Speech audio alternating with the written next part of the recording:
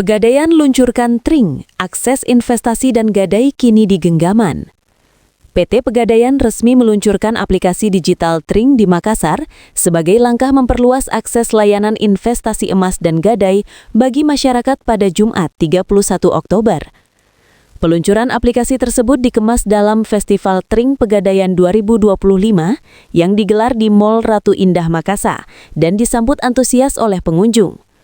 Pemimpin wilayah Pegadaian Anwil 6 Makassar Ngadenan menyampaikan bahwa Tring merupakan wujud nyata transformasi digital Pegadaian dalam menjawab kebutuhan layanan keuangan modern. Menurut Ngadenan, aplikasi Tring memungkinkan masyarakat mengakses layanan gadai, investasi emas dan bank.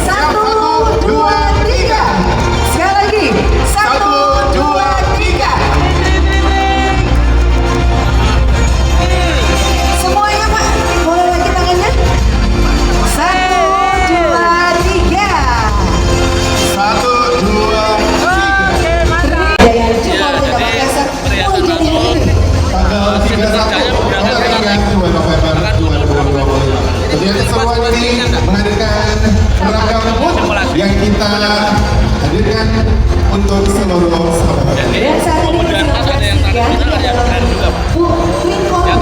menyaksikan ini pun pengecekan kadar emas. Menarik ya. Kita bersama. Perhiasan juga bisa. Kita ada perhiasan emas, ada juga.